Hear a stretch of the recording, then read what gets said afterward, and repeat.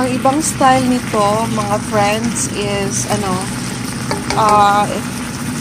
ilulunod ang shrimp after, like, sa katapusan.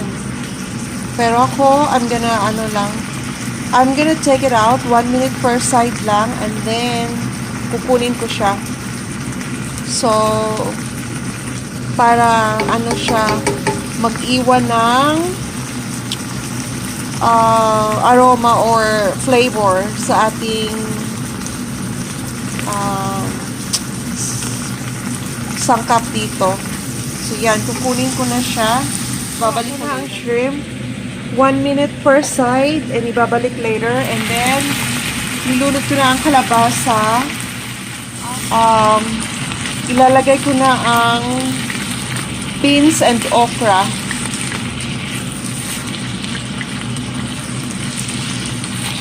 Ang bango niya. Ang bango. Mas masarap to siya kung may ano ba yun? Alamang. Pero wala akong alamang. So, tiyaga lang kung ano ang nandito. Kinumbay ko na ang beans and okra. Ilulunod ko na siya. Yun.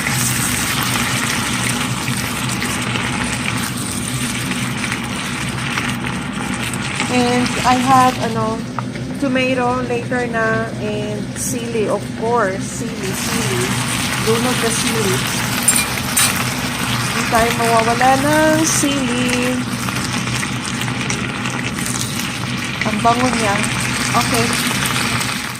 Nilagyan ko na siya ng patis and oyster sauce. And I will give it a minute or two.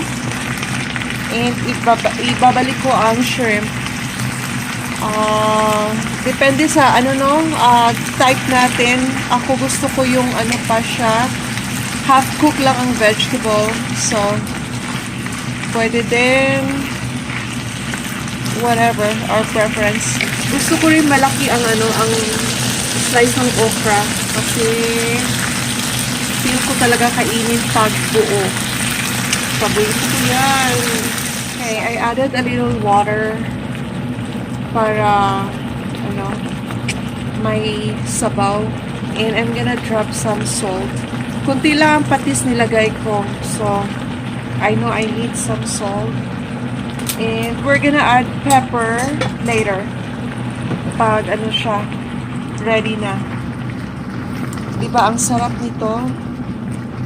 Yun, nagsa-start ng lumapot ang okra.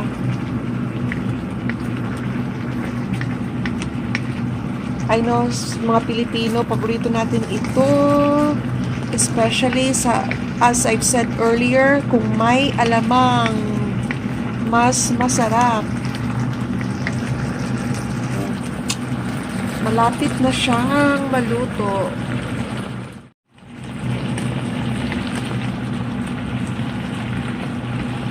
Hirap i-focus. Lalo na pag may daing, guys, diba? Sarap lang. Sarap mag-imagine ng mga wala dito sa kusina namin ngayon.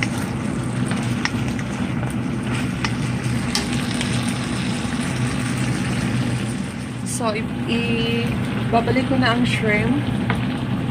And mix lang natin. Para combine lahat ng flavor. It's been smoking.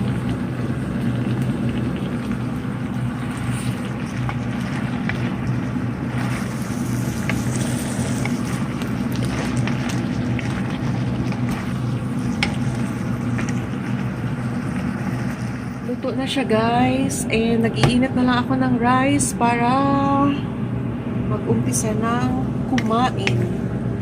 Yun. I added pepper. So, ito ang ating gulay, ginisang kalabasa, beans, okra, and kamatis as well as shrimp.